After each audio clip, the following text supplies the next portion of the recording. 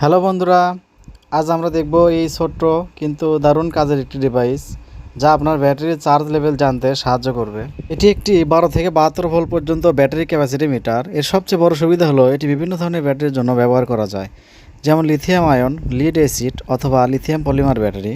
এটি ব্যবহার করা খুবই সহজ। এখানে দুটি তার আছে, একটি লাল পজিটিভ এবং একটি কালো নেগেটিভ।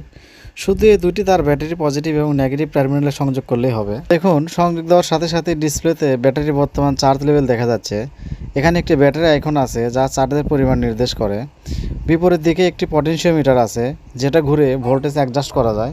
এটা 12 ভোল্ট, 24 ভোল্ট বা 36 ভোল্টে অটো কাজ করে, আলাদা কোনো জাম্পার করার প্রয়োজন পড়ে না। এই মিটারটি আপনার ইলেকট্রিক বাইক, স্কুটার বা অন্য কোনো প্রযুক্তির জন্য খুবই কার্যকরী। যে কোনো ধরনের ব্যাটারির ভোল্টেজ এটা দিয়ে দেখতে পারবেন।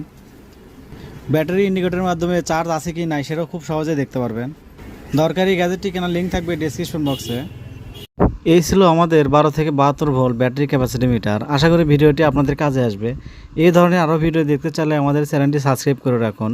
ভিডিও ভালো লাগলে ভিডিওতে একটি লাইক দিন। ধন্যবাদ ভিডিওটি দেখার জন্য।